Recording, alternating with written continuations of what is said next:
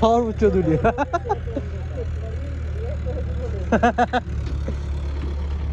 তোমার তো এই যে পিচ্ছি বালা এর 3টা রুটি কা হ্যাঁ মোরাদ ভাই এর দিকে দাও 3টা রুটি খাই চুড়া